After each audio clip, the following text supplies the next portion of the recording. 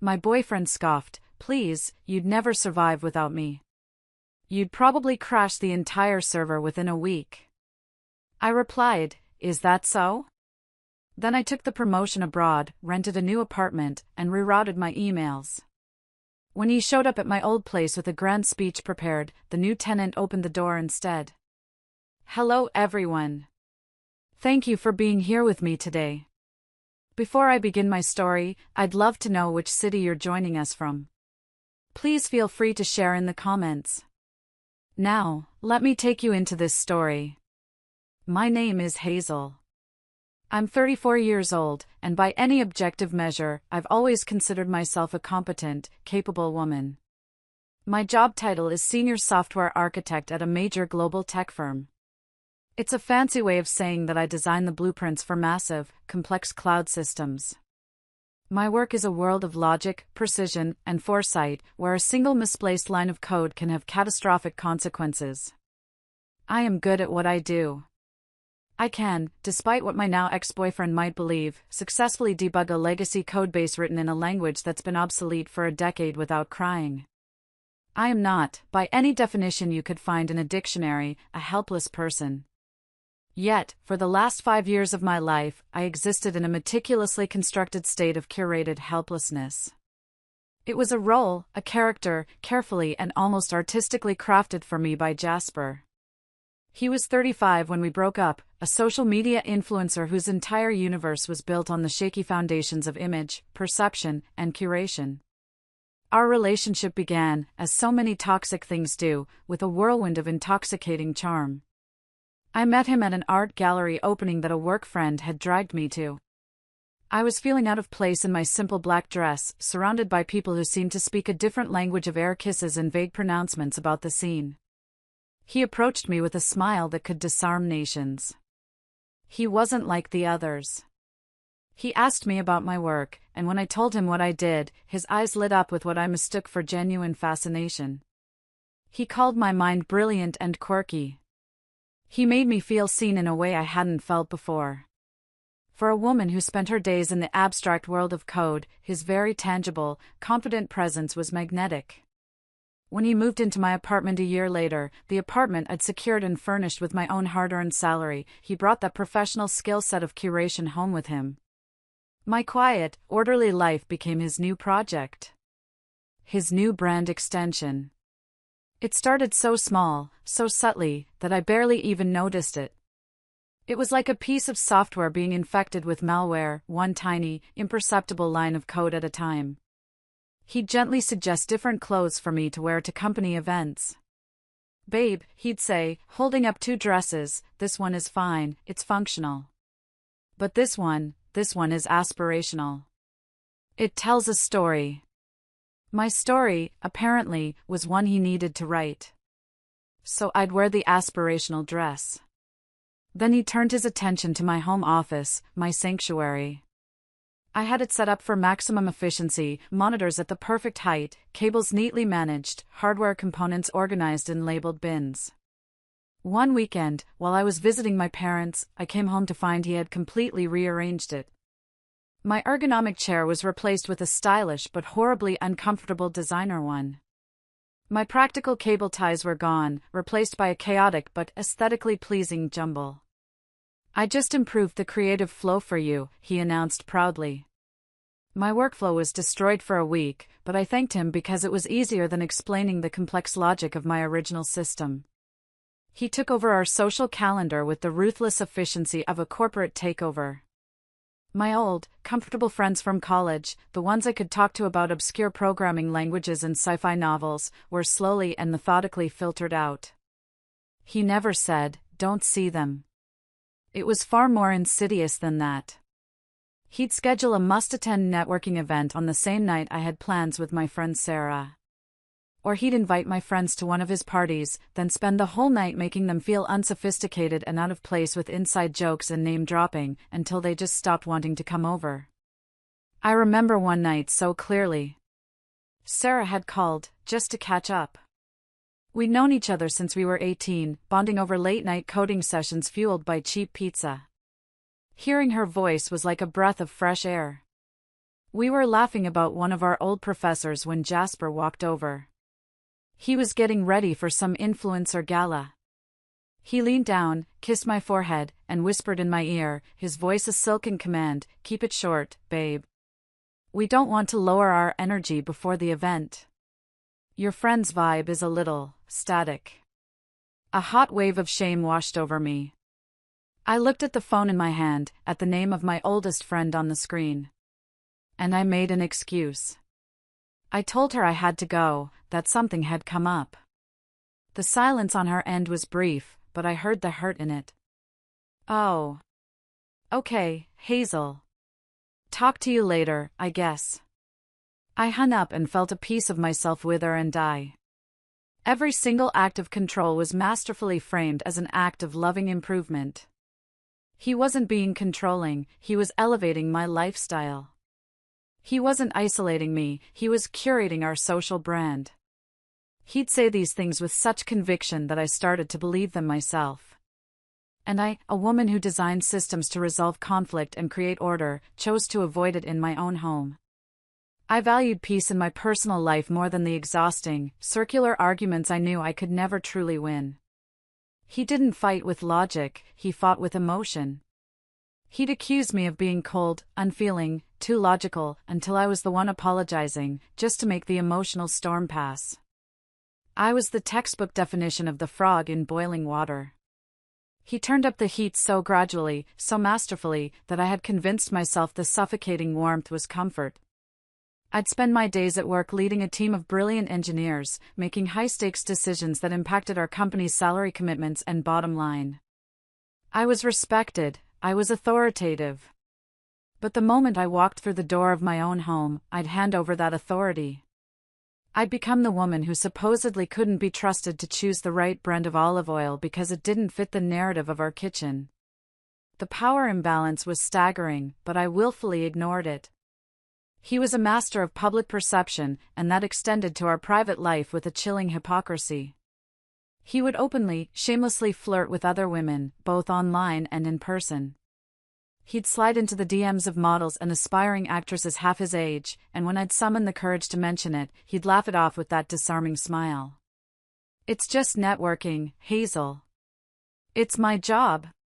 You're in a very old-fashioned industry, you don't understand how branding works in 2025. Then he'd deliver the final, crushing blow. "Honestly, you should be grateful I still come home to you. A lot of guys would be bored to tears by a woman who'd rather talk about Python scripts than parties in the Hollywood Hills." He would say it as if he were paying me a compliment on my loyalty. He treated me like a dependable, comfortable piece of furniture. A loyal dog that would always be there, wagging its tail, when he got home from chasing squirrels. I was a convenient, high-earning doormat. And the worst part, the part that still fills me with a cold shame when I think about it, is that for a long, long time, I let him. I believed that his watered-down, curated affection was all I deserved. My one true private passion, the one thing I kept sacred and just for myself, was designing and building custom mechanical keyboards. I know, it sounds incredibly nerdy. But to me, it's a form of art. It's the perfect blend of my skills, electrical engineering, software development, and a deep appreciation for design and ergonomics. It requires immense patience, a steady hand for soldering hundreds of tiny components, and a deep understanding of electronics and firmware. In a small spare room, the one room he hadn't completely taken over, I have a workshop. It's my sanctuary. It's filled with schematics, trays of colorful switches, bags of custom-molded keycaps, and the faint, sharp smell of solder and ozone. It was the only place in the apartment where I felt truly like myself. I've built keyboards that are, if I do say so myself, works of art. I built one with a polished wood case and keycaps that looked like old typewriter keys. I built another that was split into two halves, with tiny OLED screens on each thumb cluster that I coded myself to display my typing speed. Jasper called it my tinkering room. He called my complex, beautiful creations my clacky plastic toys. He never once asked about the process. He never saw the skill, the artistry, or the technical brilliance that went into them. All he saw was a childish, messy habit that clashed with the sleek, minimalist, high-powered image he was trying to project for our brand. One afternoon, I was hunched over my workbench, completely lost in a state of flow.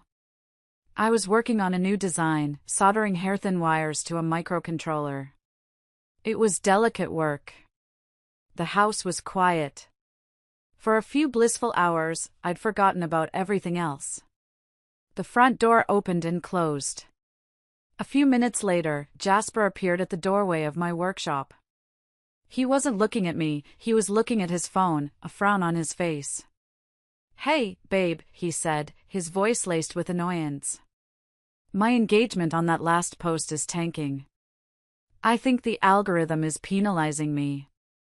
He walked in, stepping over a box of components. "Caleb and I are thinking of doing a spontaneous live stream about power couple finances. You know, to create some more authentic, relatable content. Can you pull up your latest salary statement? I want to use your numbers as an example of a solid, stable secondary income stream that supports the primary creative partner." Secondary income stream. My six-figure salary, the one that paid the mortgage, the bills, the groceries, and for most of his designer clothes, was a secondary stream. I didn't look up from the circuit board. A tiny plume of smoke rose from the solder. "It's on my desktop, in the finances folder," I said, my voice tight. He found it, then turned back to me. "And could you maybe clean up in here a little?" he added, waving a dismissive hand at my organized chaos. "It looks like a teenager's bedroom. It's so off-brand. My friend Tristan is coming over later, he's a creative director for a big fashion label. I can't have him seeing this." The dismissal, the casual disrespect for my work and my space, was a familiar sting. I just nodded, my eyes still fixed on the circuit board in front of me. The final, irrevocable boiling point was reached 2 months ago. It was a Tuesday. I remember the sun was streaming through the floor-to-ceiling windows of my boss's office. My boss, Ms. Albright, is a legend in the tech world. She's a woman in her late 50s who shattered every glass ceiling she ever encountered with a sledgehammer of pure competence. She looked at me from across her large, immaculate desk, her expression serious but kind. "Hazel," she began, folding her hands. "The board has just greenlit the new European data center project in Berlin. It's the single biggest infrastructure investment this company has made in a decade. The architecture has to be flawless, scalable, and secure. We need our absolute best mind leading it. We need you." I was stunned into silence. I just stared at her. "Me?" I finally managed to whisper. "You," she confirmed with a firm nod. "I've seen your work on the Phoenix project. Your designs are more than just functional, they're elegant. This is the next step. It's a 2-year posting. You'll be based out of our main European headquarters. It's a massive promotion, a title bump to principal architect, and a very significant increase to your salary. The kind of career-defining work that sets you up for life. The job is yours if you want it." A wave of pure, unadulterated joy washed over me. It felt like I was floating. For a moment, I forgot about Jasper, about the curated life, about the clacky plastic toys. I was just Hazel, the architect, being recognized for her work. That feeling of elation lasted for exactly 1 hour, the duration of my commute home. I rehearsed how I would tell him, imagining his surprise, his pride.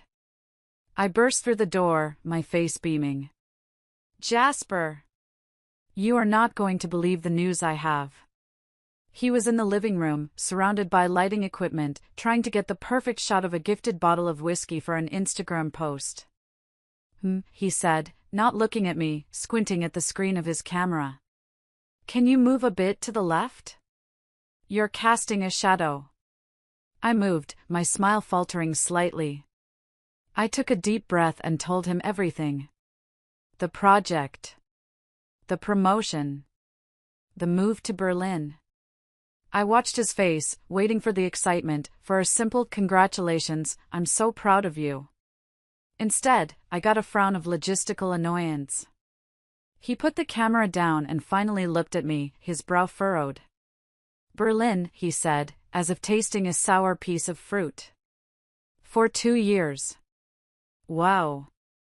He let out a long, dramatic sigh. What a hassle. I'll have to find all new contacts, a whole new network. The shipping for all my equipment is going to be a nightmare. And we'll have to put most of this ugly furniture you love into storage. My personal brand is much more suited to a minimalist, Scandinavian aesthetic, you know? The pronoun we was instantaneous and absolute. There was no discussion. There was no question of if he would be coming along for my promotion. He immediately began planning his new life, pacing the living room as he brainstormed. This could actually be huge for the brand, he mused, talking more to himself than to me. We can reinvent ourselves. The American tech genius and her creative director partner take Europe. I'll need an apartment with great natural light for content creation. Something in knit, maybe. We'll need a guest room for when other influencers visit for collabs. My career achievement, the single biggest moment of my professional life, the culmination of a decade of relentless hard work, late nights, and sacrifices, was merely a new backdrop for his social ambitions. My promotion was just a plot device in the ongoing story of him. I felt a cold knot forming in my stomach. I had to try, one last time, to claim a piece of this for myself. I was thinking, I started, my voice barely more than a whisper, that maybe I would go alone for the first couple of months. You know, just to settle into the new role, find my footing, get the project off the ground. He stopped pacing and turned to look at me. His face was a perfect mask of utter disbelief. And then he let out a sound that would become the catalyst for everything that followed. It was a short, sharp, barking laugh. A sound of pure, unadulterated dismissal. A sound I had heard 1,000 times before, directed at my clothes, my friends, my hobbies. But this time, it was directed at the very core of who I was. Go alone? He scoffed, his voice dripping with a thick, condescending pity that made my skin crawl. Oh, sweetie. Please, Hazel, you'd never survive without me. You can barely talk to the DoorDash guy without getting awkward. You live in your little tech bubble. I handle the real world for us. He took a step closer, patting my cheek as if I were a child. You'd probably crash the entire server within a week. Let's be honest, you get by on luck and charm, not skill. You need me to manage things. Don't be ridiculous. And that was it. That was the moment. The water didn't just hit a rolling boil, it flash vaporized, blowing the lid off the pot. All my accomplishments, all my professional competence, my entire adult life, erased. Dismissed. Belittled. By that single, cutting, deeply gendered insult. He didn't see a partner he was proud of. He saw a helpless dependent, a bumbling child who needed his worldly guidance. He saw a project he managed, a well-paying pet he had successfully house-trained. A strange, cold calm washed over me. It was the same feeling I got right before solving a particularly difficult system crash. All the chaotic emotions, the years of resentment, the swallowed arguments, the quiet humiliations suddenly shut down, and my brain switched to pure, crystalline logic. The problem had been identified. A solution was required. I looked at him, the man who thought he had built me, the man who was now casually checking his reflection in the dark screen of the TV, and I made a decision. Is that so? I said. My voice was quiet, almost eerily calm. He didn't notice the shift in tone. He had already turned his attention back to more important matters. Of course it is, sweetie, he said, picking up his phone again. Now, let's look at apartments in Mitt. I'm thinking something with an industrial loft vibe. It'll be great for the brand. I didn't argue. I didn't raise my voice. I just nodded, a small, tight movement of my head. I let him believe he had one. I watched him scroll through photos of beautiful, sun-drenched apartments in a city we would never live in together. Because in that precise moment, I had already left. My body was still standing in the living room, but my mind was already gone. It was designing the architecture of my escape. He just didn't know it yet. The next morning, I walked into Ms. Albright's office. I remember my steps echoing in the quiet hallway. I felt a sense of purpose I hadn't felt in years. I closed the door behind me and stood in front of her desk. "I'll take the job," I said, my voice firm and clear. "The project starts in 60 days. I'll be ready." Ms. Albright smiled, a genuine, warm smile. "I knew you would. Congratulations, Hazel. This is the beginning of something great for you."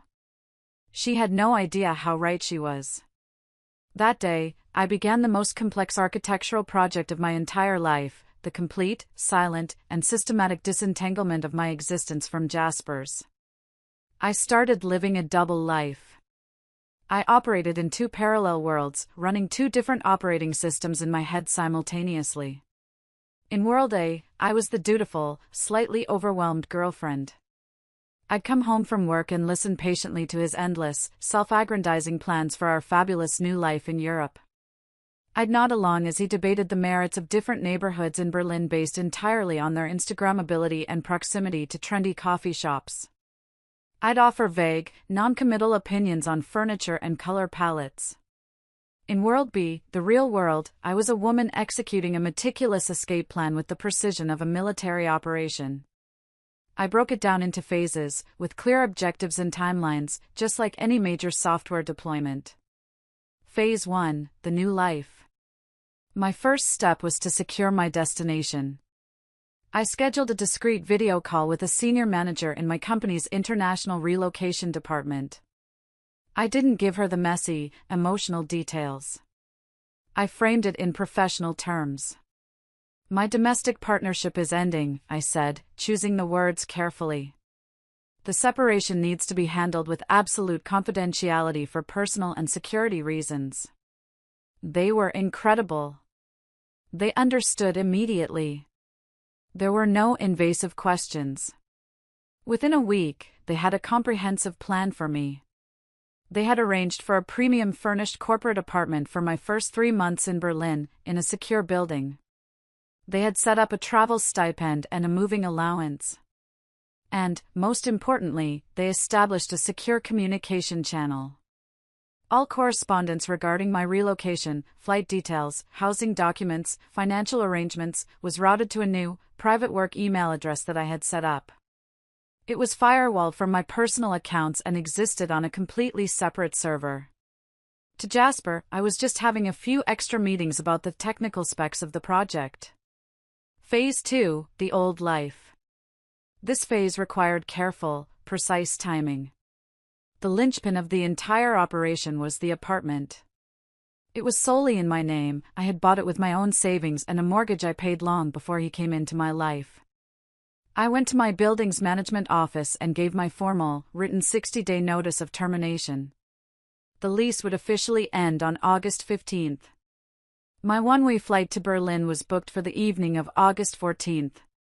There would be no overlap. Then, I took the next crucial step. I put an ad online to find a new tenant myself. I didn't want the building management showing the apartment while Jasper was there. I conducted the viewings on a Saturday when he was at an all-day branding workshop. I remember showing the apartment to a quiet doctor who worked at the nearby hospital. He was polite and asked few questions. As he looked around the living room, he asked innocently, "Are you and your partner excited about your move?" I felt a lump form in my throat. I forced a smile and said, "Yes, very.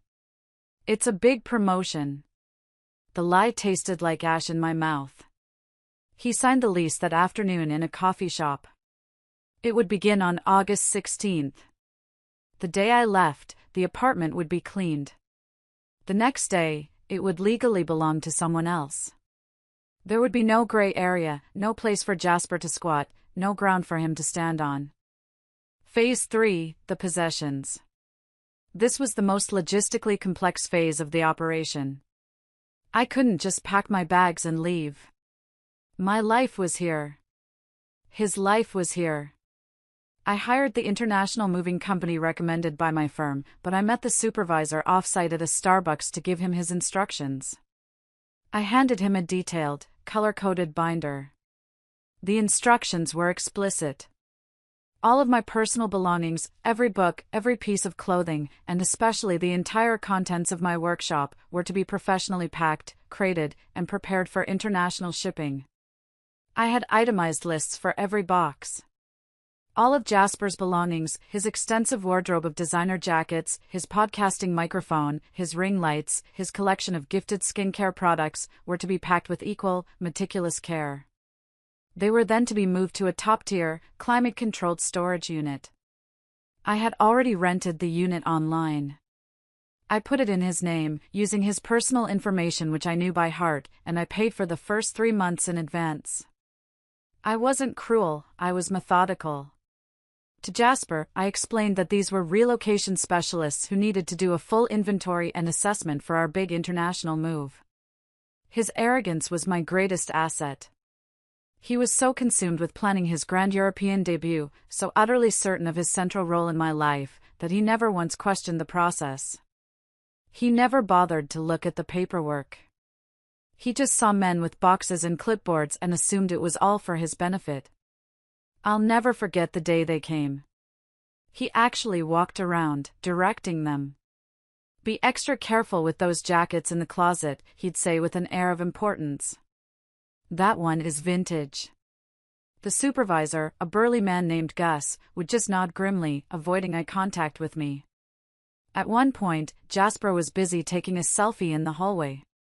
Gus caught my eye over Jasper's shoulder and gave me a tiny, almost imperceptible nod. I nodded back. We were co-conspirators in my liberation. Phase 4, the digital trail. This was the final, silent cleansing. I filed a mail redirection form with the post office, rerouting all my mail, bank statements, personal letters, everything, to a new, secure P.O. box. I bought a new, cheap burner phone and a new SIM card. I arranged for the new number to be activated the moment my plane was scheduled to leave the ground. Then, one long, quiet evening while Jasper was out at another networking dinner, I performed the digital exorcism. I sat at my computer with a spreadsheet I had prepared. I systematically went through every single shared account we had: Netflix, Amazon Prime, Hulu, our shared grocery delivery service. I changed the password on my accounts and removed his access. I untagged myself from years of photos on his social media. It took hours. With every password changed, with every digital tie severed, I felt lighter. The final weeks were the most surreal period of my life.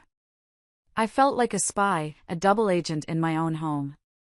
I would come home from a long day of intense technical meetings and project planning to find Jasper excitedly showing me pictures of Parisian cafes he wanted to visit on a weekend trip from Berlin. "Won't this be an amazing backdrop for a post about creative inspiration?" he'd ask. I'd just smile and nod, while in my head, I was calculating the final insurance valuation for my international shipping container. The most therapeutic part, the part that kept me sane through all the deception, was packing my workshop myself. I didn't trust anyone else with my creations. For a week of evenings, I meticulously wrapped each of my keyboards in bubble wrap and custom-cut foam. I labeled every box of components, every tool. These weren't just objects, they were pieces of me. They were the tangible proof of my skill, my patience, my creativity, everything he had dismissed. My clacky plastic toys were my ticket out. One evening, he poked his head into my workshop. I was carefully labeling a box of rare, vintage keyboard switches I had sourced from Japan. He saw the boxes stacked against the wall. "Wow, you're really getting serious about packing up your little toys, huh?" he said with a chuckle. "That's good. I need your help with the color palette for the new living room. I'm thinking something between moody charcoal and sophisticated granite. I didn't even look up from my box. "Just securing my dusty old papers," I replied, my voice perfectly neutral. The day of my flight, August 14th, finally arrived. It was a hot, hazy summer day. The movers had come and gone a few days prior. My life was on a container ship, somewhere in the middle of the Atlantic Ocean. His life was in a secure, anonymous storage unit in an industrial park by the highway. The apartment was completely, eerily empty. It had been professionally cleaned. It smelled of bleach and possibility. Jasper was at a celebratory farewell brunch with his circle of influencer friends. It was an event he had organized for himself, a final piece of content to be mined from our life together. The theme, according to the elaborate digital invitation he had designed, was Level Up, the next chapter. He planned to meet me at the apartment at 6 p.m. From there, we would go to the airport together to begin our grand European adventure. At 4 p.m., I stood alone in the center of the empty living room. The afternoon sun streamed through the windows, illuminating dust motes dancing in the air. The silence was immense, a physical presence. I took out my phone and found the email receipt from the storage company. It had the facility's address, the unit number, and the gate access code. I had already left the physical key and the access card in a sealed envelope under his full legal name at the front office of the facility. I took a clear, high-resolution photo of the receipt, making sure every detail was legible. I attached the picture to a text message addressed to him. I wrote no words. No explanation. No goodbye. Just the image. I pressed send. Then I put my old phone in my bag. I took one last look around the empty space that had been my home, then walked out the door for the last time. I didn't lock it. It wasn't mine to lock anymore. At the airport, after I had checked my single suitcase, I found an electronics recycling bin near the food court. I took out my old phone, my old life, and I dropped it inside. It made a hollow, unsatisfying clatter. I took my seat on the plane, by the window. I pulled out my new, cheap, anonymous phone and turned it on. As the plane taxied down the runway, as the engines roared to life and we lifted into the sky, I looked out the window. The city lights spread out below me like a discarded handful of jewels. My old life wasn't just falling away, I was actively flying away from it. I didn't feel anger. I didn't feel sadness. I just felt the quiet, powerful, and relentless hum of a massive engine lifting me into the future. I felt free. It's been 3 weeks since I landed in Berlin. My new city is a beautiful, chaotic symphony of history and modernity. Graffiti-covered remnants of the wall stand next to gleaming glass towers. It feels like a city that understands reinvention. My corporate apartment is sleek, modern, and blessedly, wonderfully quiet. For the first few days, the silence was so profound it was almost loud. I had grown accustomed to the constant background noise of his phone calls, his music, the sound of him filming content in the other room. The job is even more challenging and rewarding than I had dared to hope. I spend my days in intense, collaborative sessions with a team of brilliant engineers from all over the world. They respect my mind, they challenge my ideas, and they value my contributions. I come home exhausted, but it's a good kind of tired. It's the satisfying ache of a brain well used. The freedom is intoxicating, but I'll be honest with you, it's also daunting. The first week was the hardest. I'd wake up in the middle of the night with a jolt of pure panic, my heart pounding, convinced that I'd missed a crucial step in my plan. I had a recurring nightmare that Jasper would somehow find my address, walk through the door with his charming smile, and start explaining how he could improve the creative flow of my new life. I kept finding myself falling into old habits. I'd be in the grocery store and hesitate before putting a certain brand of coffee in my cart, hearing his voice in my head calling it pedestrian. One morning, I spent a full 10 minutes standing in front of my closet, agonizing over what to wear, trying to choose something aspirational. Then I just started laughing, a raw, slightly unhinged sound in the quiet apartment. It was absurd. I could wear whatever I wanted. I could drink whatever coffee I wanted. I could be whoever I wanted. I was deprogramming myself, one small decision at a time. I didn't have to wonder for long what his reaction would be. After exactly 48 hours of silence, the time it would have taken for his self-congratulatory brunch to end, for him to get tired of waiting at the empty apartment, and for his confusion to curdle into white-hot fury, my old, secondary email account became a digital war zone. I had kept it active for just this reason.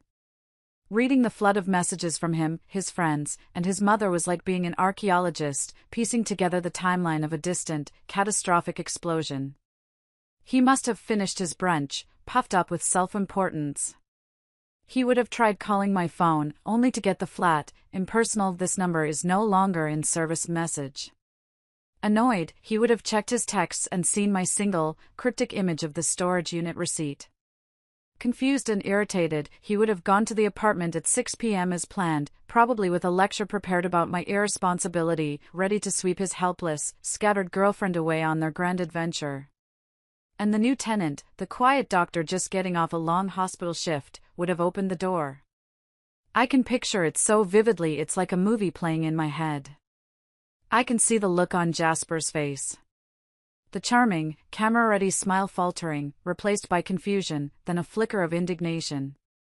I can picture him trying to push past the doctor, saying something arrogant like, "Excuse me, I think you're in my apartment." And then the slow, dawning horror, the complete collapse of his reality, as the doctor calmly explained that he'd signed a lease a month ago, a lease that started the day after Ms. Hazel Carter's had ended. The world Jasper had so carefully curated, the entire brand he had built on the foundation of my stability and my income, dissolving into dust on a stranger's doorstep. His first email was a masterpiece of pure, sputtering rage. It was all in caps, filled with typos and exclamation points. He demanded to know where I was, what I had done with his things, and how I dared to humiliate him like this. The messages that followed over the next few days were a chaotic, desperate spiral. There were threats to ruin my reputation, to tell everyone in my industry that I was mentally unstable. Then there were pleas, long, rambling emails about the good times, conveniently forgetting that most of those good times were bankrolled by me. And finally, there were the accusations. I was a sociopath, a narcissist, a cold-hearted monster. Then, as I had predicted, came the emails from his proxies, the flying monkeys sent to do his bidding. His best friend, Caleb, took on the role of the enforcer. His email was dripping with a kind of righteous, second-hand anger. He called me every name in the book, ending with, "He gave you everything, a life you could only dream of, and you threw it away like it was trash. He's on my couch right now, a completely broken man, all because of your selfish, evil actions." His mother, of course, tried the guilt trip. She wrote a long, meandering email about how this cruel, calculated behavior wasn't the sweet, quiet girl she knew. She reminisced about a time I had spent an entire Sunday helping her set up her new computer and transfer all her old photos. "How could a person so patient and helpful be so heartless to my son?" she wrote.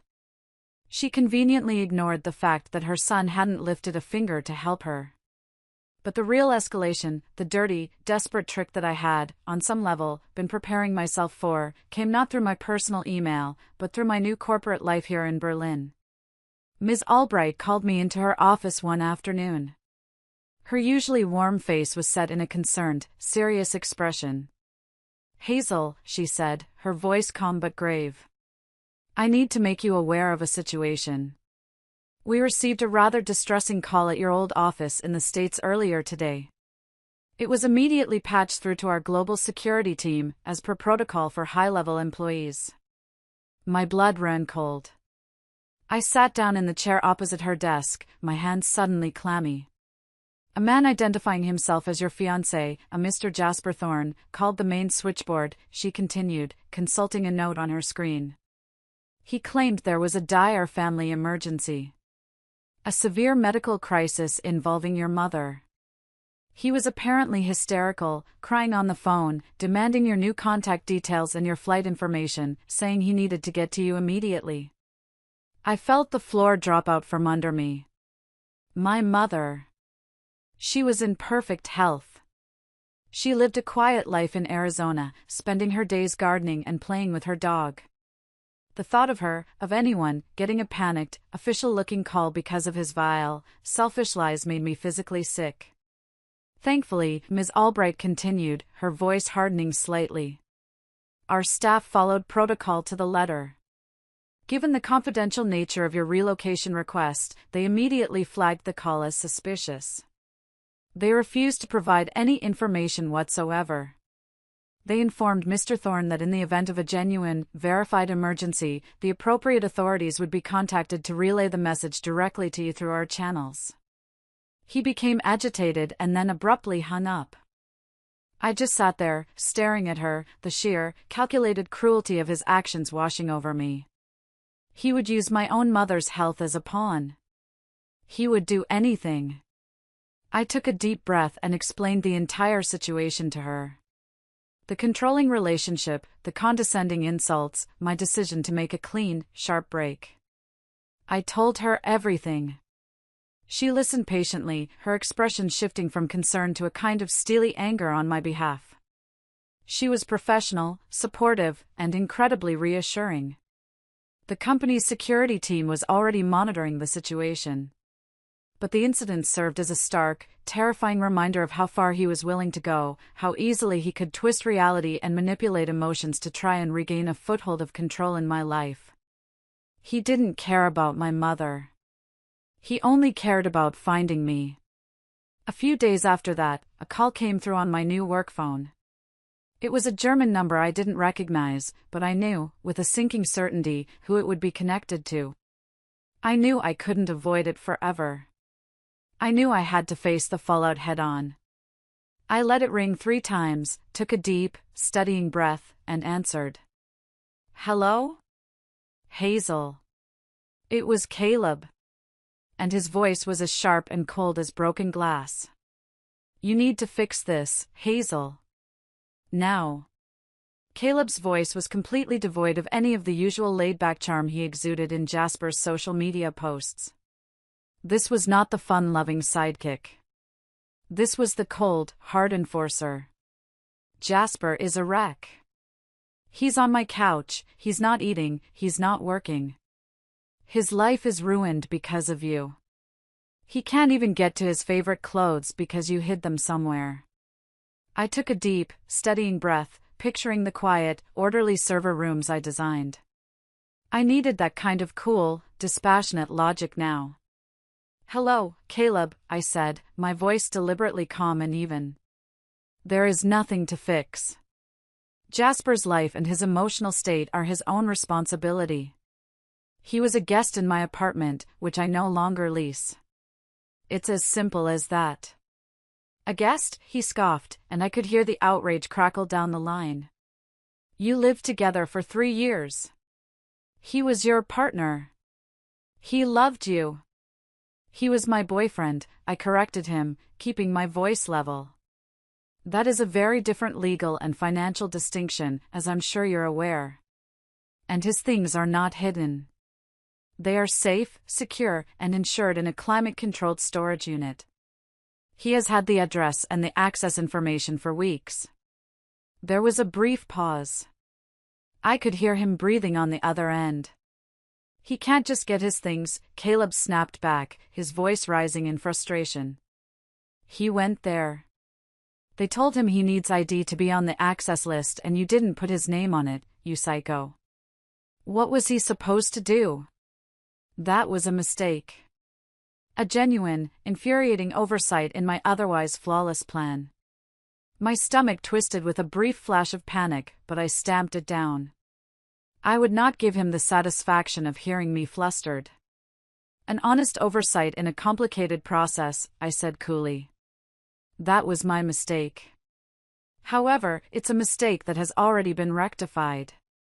I emailed the facilities management company yesterday with a notarized digital authorization to grant him full and unrestricted access. It's been handled. Handled? He practically spat the word through the phone. You detonate a bomb in the middle of his life and you think a single email handles it? He gave up everything for you. He was building a life with you. This was the line. This was the moment where the dam of my carefully constructed calm finally broke. Not with a flood of anger, but with a tidal wave of weary, ice-cold clarity. What did he give up? Caleb? I asked, my voice dangerously quiet. Tell me, specifically. I would love to know. He didn't have a career to sacrifice, he used my life as his content. He didn't contribute to the mortgage or the bills. He kept his car, which was in his name. He kept his friends. The only thing he lost was free access to my apartment and my income. So let's be very honest with each other about what this is really about. The silence on the other end of the line was deafening. It was the sound of a bully's narrative collapsing under the weight of a single, simple truth. He had no answer because I was right. It's about you being a cruel, manipulative, cold-hearted coward, he finally settled on, his voice low and venomous. Let me rephrase that for you, I countered, the logic flowing easily now, a shield against his insults. Is it manipulative to accept a career-defining promotion? Is it cruel to leave a relationship where I was told, to my face, that I was an incompetent child who would be living in a gutter without my boyfriend's brilliant guidance? He made his opinion of my capabilities perfectly clear. I simply chose, for the first time, to believe him and act accordingly. I removed myself from his life so he would no longer have to carry the heavy, exhausting burden of managing me anymore. In a way, I did him a favor. I paused, letting that sink in, twisting the knife of his own logic. Then, I delivered the final, decisive blow. And speaking of manipulation, Caleb, please do me a favor and tell Jasper that my employer, a multi-billion-dollar tech corporation with a rather formidable legal team, was not amused by his fraudulent phone call about a fake family emergency. They have it documented. They have the recording. Any further attempts by him, or by you, to contact me, my family, or my colleagues will be referred directly to our corporate legal department as a case of international harassment. There was a stunned, absolute silence. I could almost hear the gears grinding in his head as he processed this new, devastating piece of information.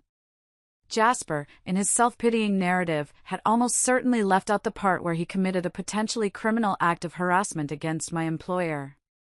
This isn't over, Hazel, he finally said, but the threat was hollow, a deflated balloon. The power, the control, the narrative, it had all shifted, and he knew it. For me, it is, I replied, and my voice was steady and strong. I am building a new life here. One that I am perfectly capable of managing all on my own. I hung up. I didn't slam the phone down in a dramatic gesture. I just pressed the red icon on the screen and the line went dead. My hand was shaking, but a wave of profound, cleansing relief washed over me. I had faced the dragon's messenger. I hadn't flinched. And I had won. A few days after that phone call, a formal-looking, password-protected PDF was forwarded to me from my company's legal team in Berlin. It was a letter from a high-priced law firm back in the States. It was on behalf of their client, Mr. Jasper Thorne. The war was moving to a new, more official front. But I wasn't scared anymore. I was ready. It's been 6 months now since I moved to Berlin. 6 months since I detonated my old life and started building a new one from the foundations up. The initial turbulence, the fear, the anger, it has all subsided, replaced by the steady, satisfying rhythm of a life that is completely and utterly my own. My sleek corporate apartment no longer feels like a temporary placeholder, it feels like a home. I've slowly filled it with things that bring me joy. I bought a ridiculously comfortable armchair, perfect for curling up in with a book.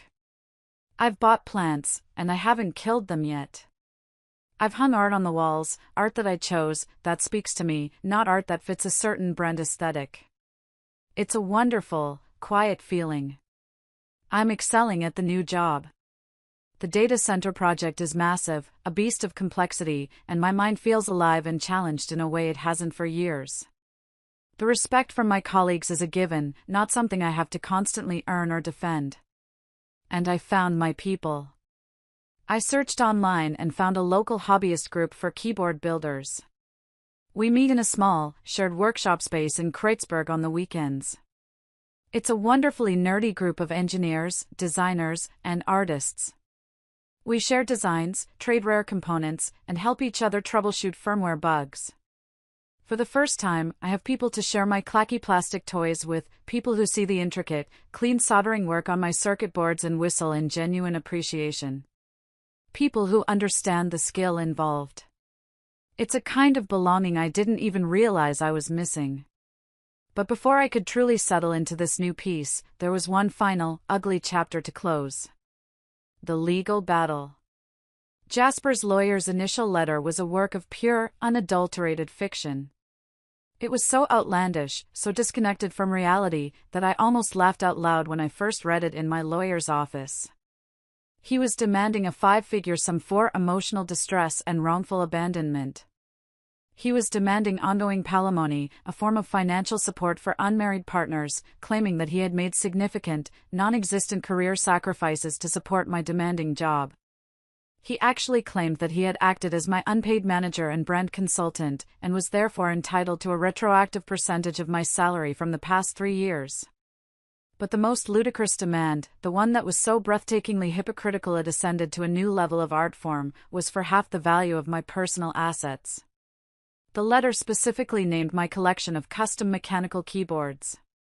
They were described in pompous legal jargon as valuable, co-owned art pieces that he had provided significant creative consultation and inspiration for. The sheer, unmitigated nerve of it. To try and cash in on the very passion he had relentlessly mocked and belittled. He saw my hobby, my sanctuary, as worthless childish junk until the moment he thought he could assign a dollar value to it and claim it as his own. It was the ultimate distillation of his character. I never responded directly. I didn't have to. My company's legal department, as part of the comprehensive support included in my relocation and promotion package, took over completely. Their response was not a letter, it was a surgical strike.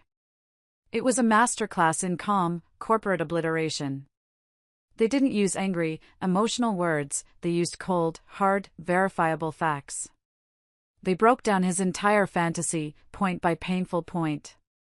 On legal status, they began by politely pointing out that we were not married. We had no joint assets. We had no shared bank accounts. We had no legal partnership of any kind. Therefore, his claims for palimony and asset division had absolutely no basis in law. On the apartment, they produced a copy of the original lease agreement, solely in my name, and the legal notice of termination I had filed in accordance with all local regulations. He was, in the cold, clear eyes of the law, a long-term guest with no tenant rights whatsoever. On his possessions, they provided the signed contract for the climate-controlled storage unit, proving my due care and diligence in preserving his property. They also included the receipts showing that I had paid for the first 3 months of storage fees out of my own pocket, an act of goodwill he was now trying to exploit. On the abandonment and career sacrifice claim, they countered this fantasy with cold, hard documentation. My signed promotion acceptance letter. The official relocation package from HR. All of it dated weeks before my departure. This proved, beyond any doubt, that my move was a planned, professional step in my career, not a whimsical act of personal abandonment. They also subtly noted that his claims of career sacrifice were not substantiated by any evidence of him having a stable career to sacrifice in the first place.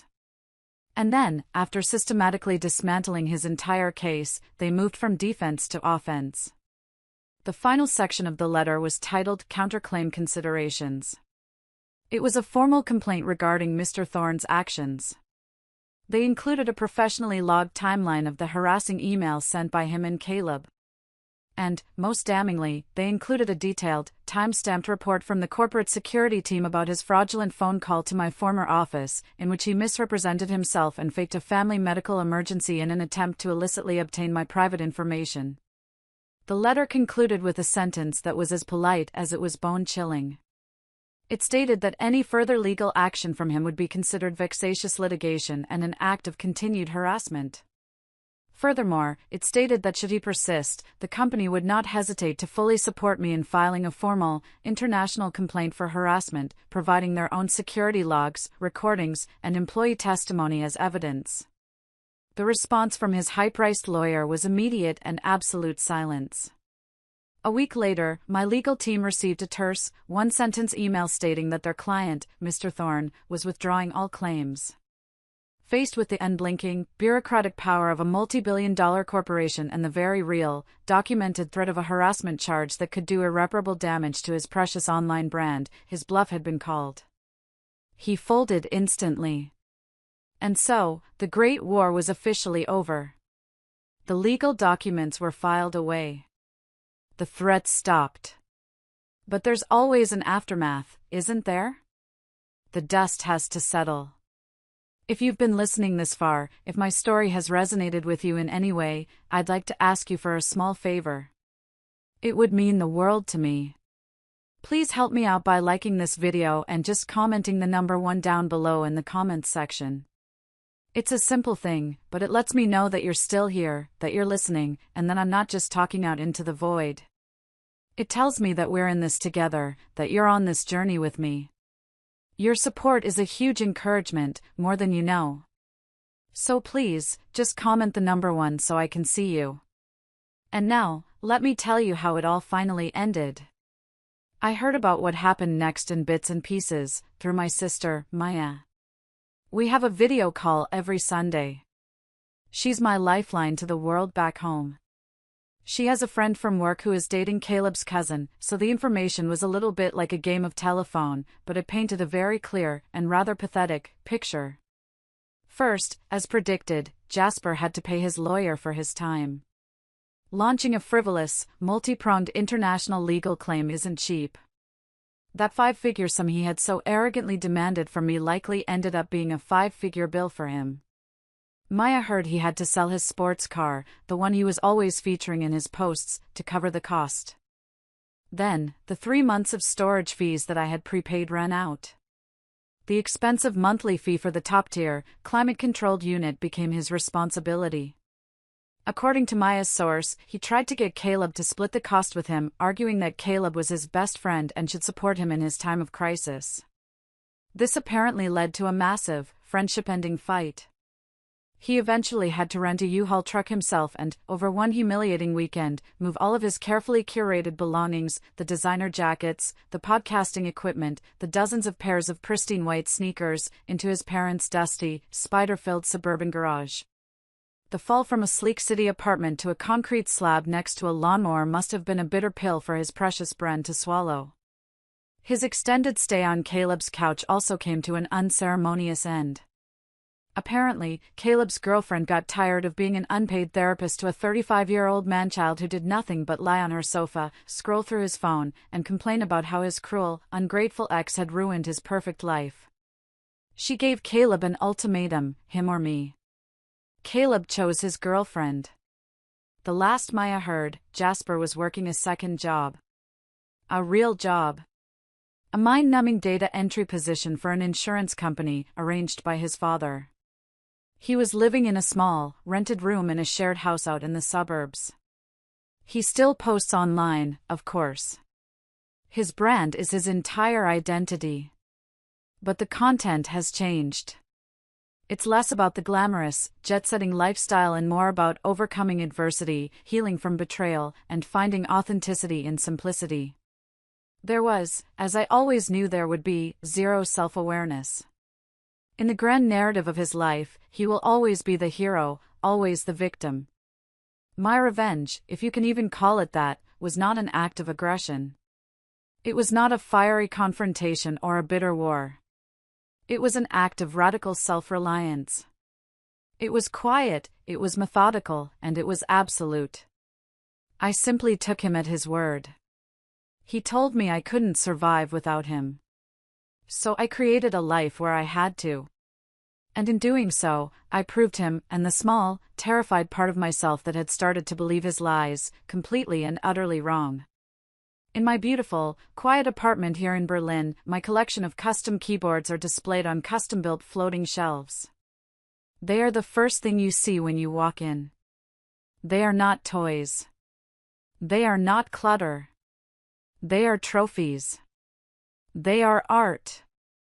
They are mine. I am currently working on my most ambitious project yet.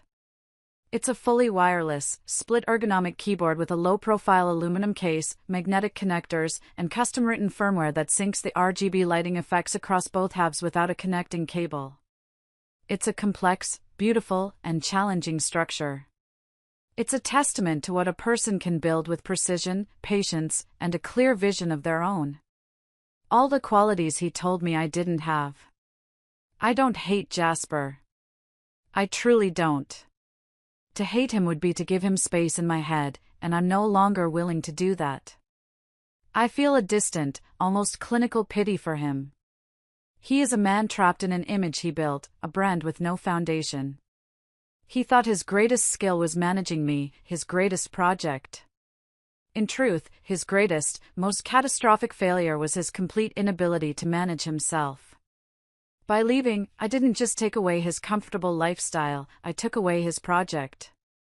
I took away the person whose success he could leech off of to validate his own fragile, hollow ego. And in doing so, I gave myself back to myself. I survived. But more than that, I am thriving.